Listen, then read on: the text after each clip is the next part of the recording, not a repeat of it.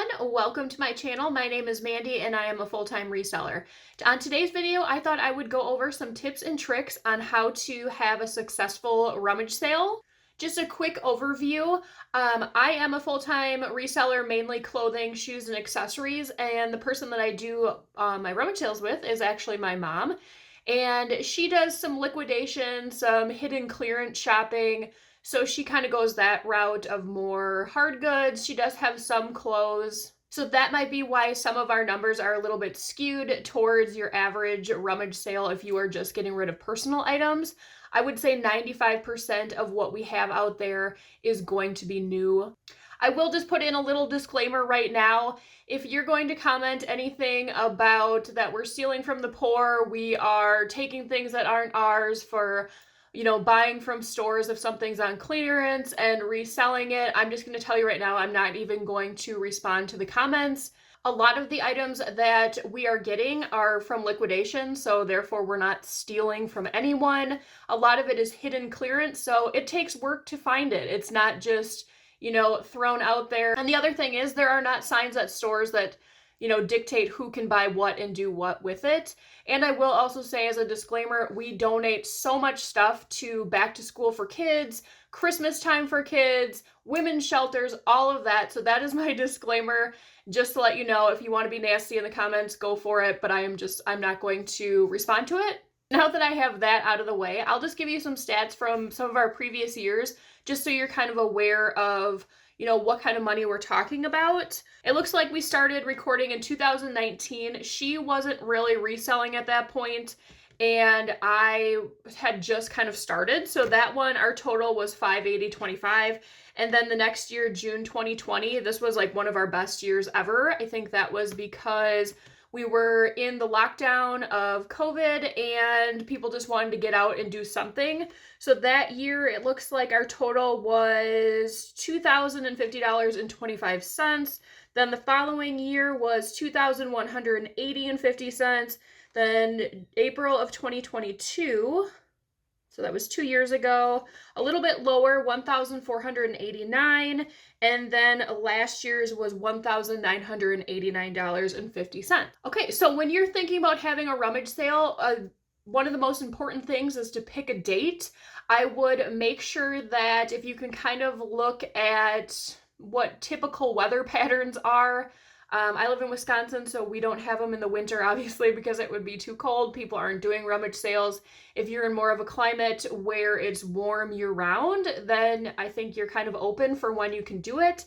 I would also suggest if you live in a neighborhood, see if your neighborhood runs like an annual sale, because if the more sales you have, the more people that are going to come. If you live maybe out in the country and your nearest neighbor is 10 miles away, it might be a little bit harder to draw in a crowd.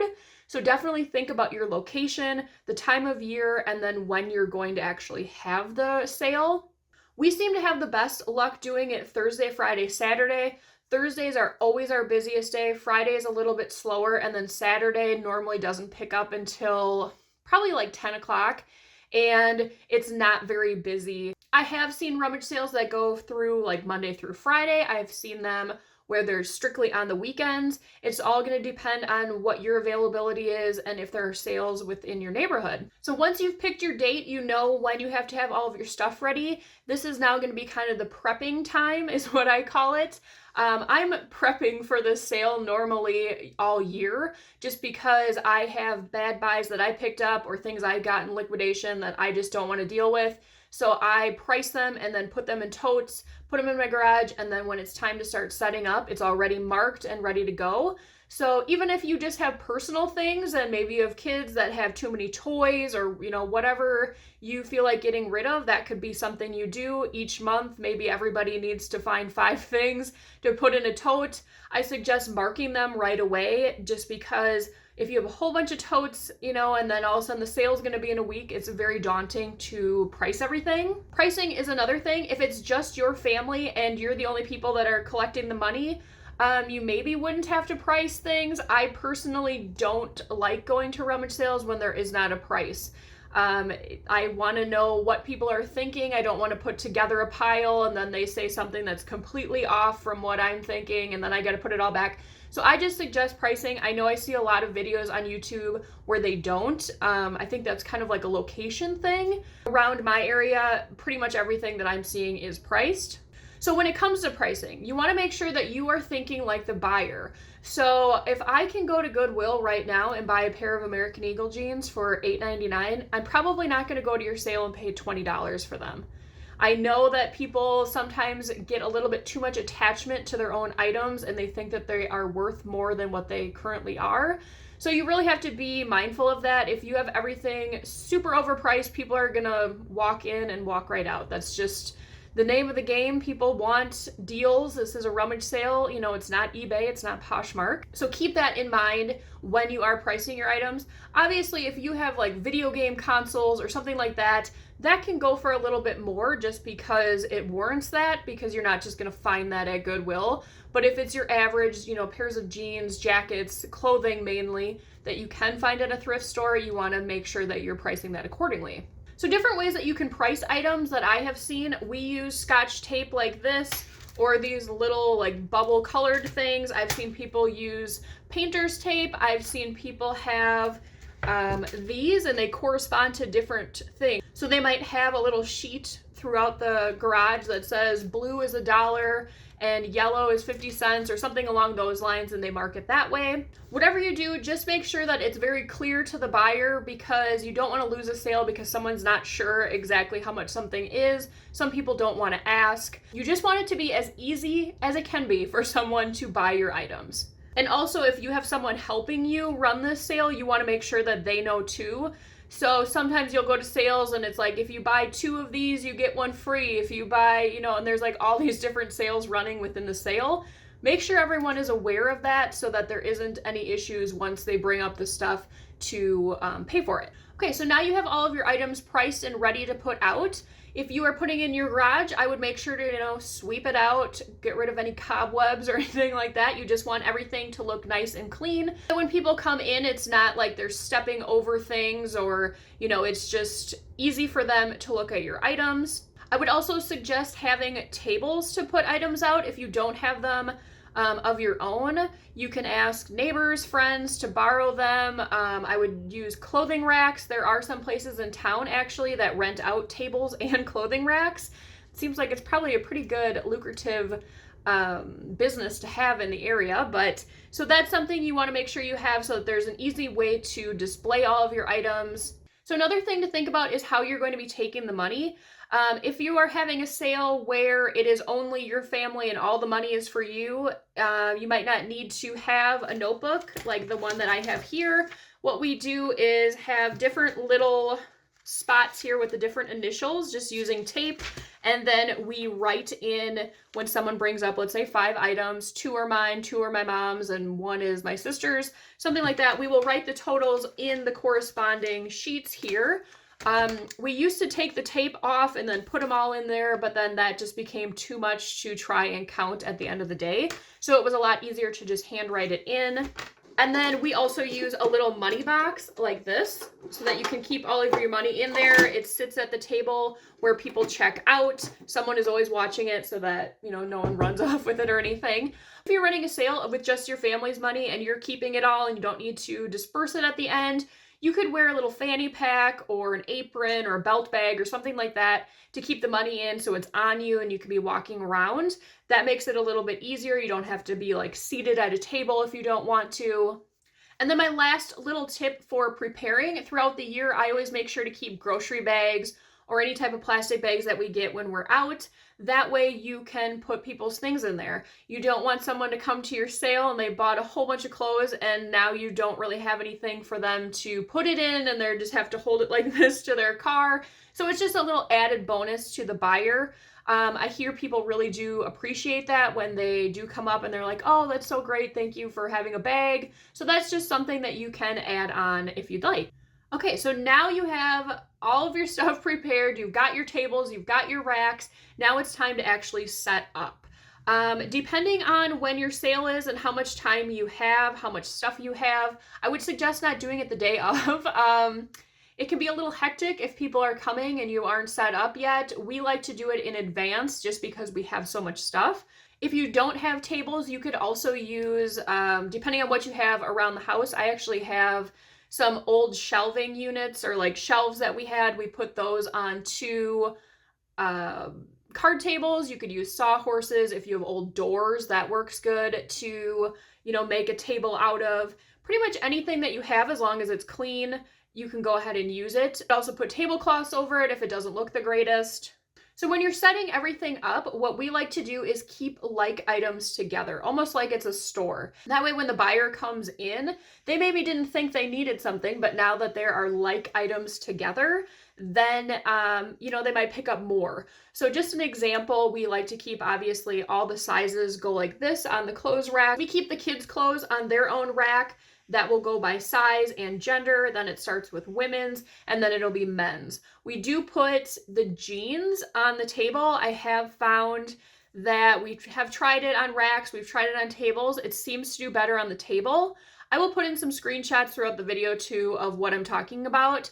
But I also like to take tape like this, and I will write out if the back label does not have the brand. Just for an example, like Joe's jeans, size 28, and then, my initials and how much. That way people can just look at the table and then they're just scanning so that they're not, ripping all of the stuff out of there to try and figure out the sizes. People still do. You'll have to fix it eventually throughout the day, but it's a little bit better for someone because then if it's all by size, starting smallest to largest, then people can just see what you have. It's easily available. You will see in a clip that we do have a lot of new in box toys. We like to try and keep kind of age appropriate toys with each other, and then if they have some sort of branding. So all the Minnie Mouse kind of goes together. All the Barbie stuff will go together. All of the Legos will go together. That way, if a mom or a dad is looking and they're like, oh, this Barbie's only $2, and then these 3 sets of clothes are only $2, they might pick up all of it, as opposed to if a Barbie was here and then they didn't see the clothes until later on, maybe they wouldn't pick it up. So you just want to make sure that things are together so that people can make those kind of quick decisions on if they're going to buy it or not. We do put up tents. That's how much stuff we have. We kind of put like the outdoor stuff out in the tents. I can't show you that right now just because it's not up yet, but you will be able to see it in my vlogs. So out there, we keep the 50-cent bins, and then we have like a table of outdoor kids' toys and like gardening, grilling, that kind of stuff. If you don't have a tent and the weather is nice, I suggest bringing things out if you can, especially bigger items that will draw in people if they are, driving past your house on the street. Sometimes people will drive by, and if it looks really dark and dim in your garage and it doesn't look like much is happening, they'll probably pass because there's nothing enticing them to come in unless they know that you advertised for the sale. So one thing we like to do too is you can put tarps on the ground, lay things out so they're not just on the grass or on the dirt or whatever, and just make sure that things are spread out. If you just have a bunch of stuff piled on a table, more than likely people are going to walk by. Think about when you go to Goodwill, if you go to thrift stores, and if clothes are so jammed that you can hardly even move it, more than likely you're not even going to look at it. Or if you look at the shelves, and it looks like if you pick one thing up, everything is going to fall off. Most people just pass it. So you just want to make sure everything looks organized, clean. You'll have a better chance of someone taking the time to look through the items. We also like to use boxes to kind of organize things that are similar. So if you have a bunch of winter hats, you can put them in there. We buy quite a bit of like pre-packaged clothing, like think like long underwear sets like that. If you have those sitting like this in a row, people can just flip through and see the sizes as opposed to taking up a bunch of space on a table if they're just kind of sprawled out. So anything that you can contain items that maybe would take up a lot of room on their own, that helps. Okay, so probably the most important part of all of this is going to be your advertising. If nobody knows you're having a sale, then no one's going to come. I will put up somewhere here what I am using for ours. This has kind of been our template for the last couple years. It seems to do well. It is broken down into different categories. It gives pricing. It gives just the, general idea of what it is. You want to make sure that you are hitting on topics that people are looking for. Multifamily sale, which we do have, that makes people think, oh, okay, so there's going to be a lot of different items. Then we also break it down into what we have for kids stuff, what we have for sizing, what we have for men and women, and kind of a general idea of what it is. Then for household items, what do we have? I want to make sure to highlight that we have almost all new tags or new in box. That is enticing for people. Also that we have dollar racks, $2 racks, dollar table, and we also have bins of clothing for 50 cents a piece. Those are all things that people want to see because they're like, okay, so this is gonna be, affordable to me. That's another word to use. I think I have on mine, it says like affordable, well-organized sale. That's what people are looking for. And then at the bottom, I will also put in brands that we have. So if people are looking and they know, oh, I want to find, American Eagle jeans.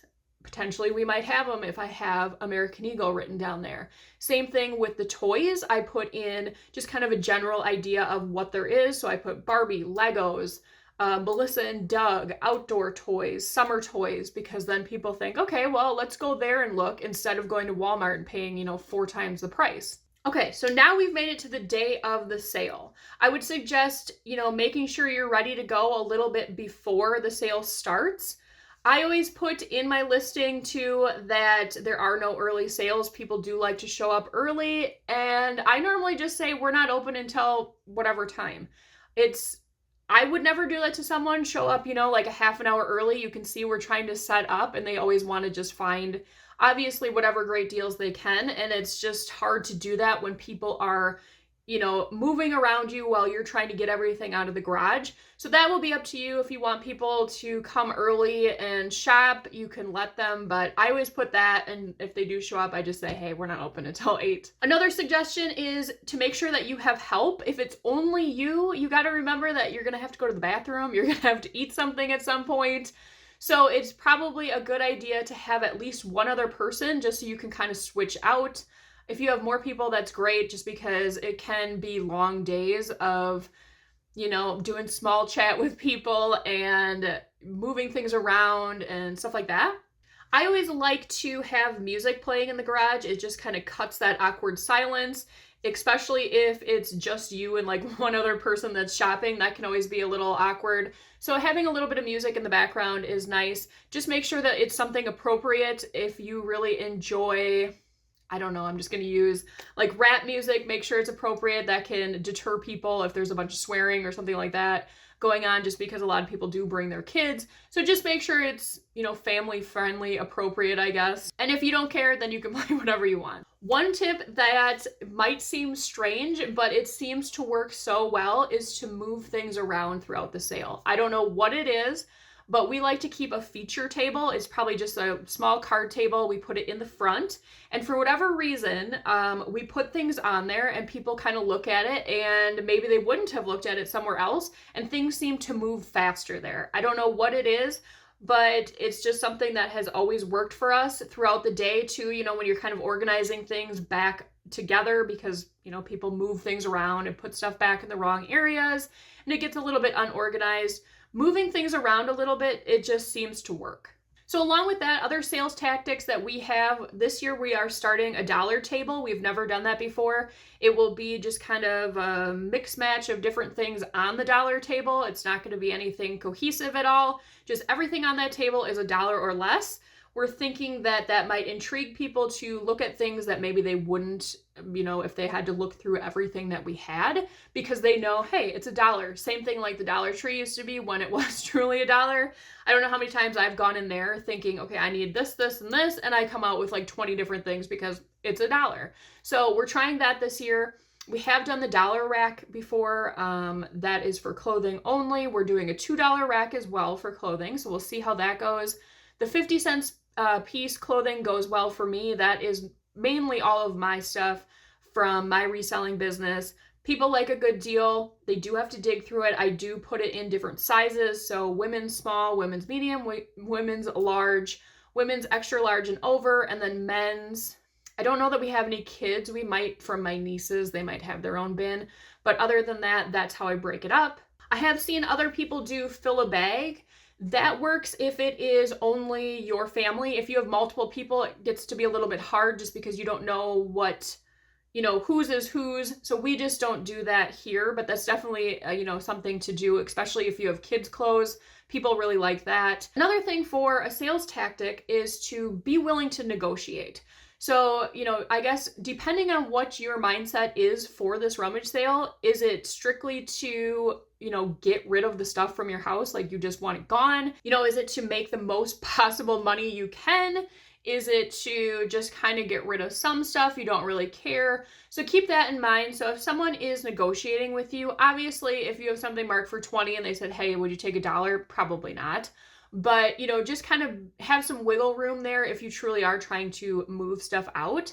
And also keep in mind, if you have, let's say, like a bunch of something, always kind of have an idea in your head in case someone would say, hey, what would the deal be if I bought it all? So let's just say you had, I don't even know, I would have to make something up like let's say you had 20 Barbies, okay, all new in package. Just kind of have an idea. I actually did have a guy when I was still buying toys. He came and pretty much wanted like the whole table and I had no idea what to say. I think he was like a flea market type person. We ended up making out a deal that, worked for me, worked for him. So that was great. So just kind of have an idea of that in the back of your head. Now we're on to the last day. Depending on what you're going to do with your items, we do a sale here in April and then we package it all back up and then my dad comes back with the trailer in the truck and we put it all back in there. They have a pull shed at their house and that's where they keep it.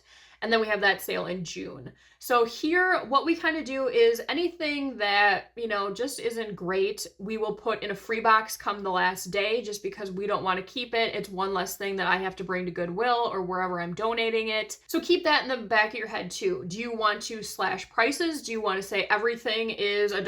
I've seen that happen before. Some people I've seen where they'll take like a permanent marker and put like a slash through the price. That means it's 50% off.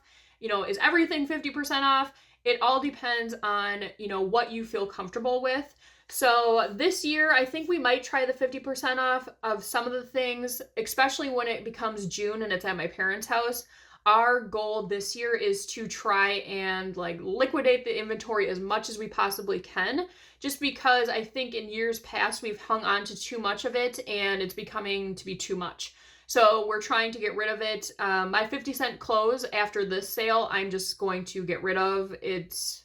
None of it is great. That's why I have it in the 50-cent bin, but people enjoy it. Have an idea kind of what you want to do with the stuff. If you ultimately don't want it at your house, then I would suggest dropping the prices immensely so that you don't have to bring a bunch of it to Goodwill, or just say everything's free. I've seen people do that too, where they're like, hey, you got 2 hours to come. They'll put it on Facebook or whatever. Everything's free. So just have an idea of what you want to do. So now the sale is over. You count all your money. If you are, have multiple people, make sure that everyone's getting the amount that is allotted to them based off of if you use stickers or however you decided to do it. If you use tables from somebody, make sure to give those back. And then hopefully you've had a successful rummage sale. So this video was probably way more in depth than it needed to be, but that's kind of how I do my videos. I want to make sure that I give out as much information that I have, let you know of things that work for me, things that don't work for us. In the past, it seems like the sale has just been getting better and better. So I am going to be working on a vlog for the actual sale that we're having. I will show kind of set up the actual sale day takedown and then let you know the stats at the end. So if you are not yet subscribed and you're interested to see how that goes, make sure to hit the subscribe button. And as always, if you enjoyed today's video, please make sure to give it a like. It really helps out the channel and I really appreciate it. I will see you on the next one. Bye.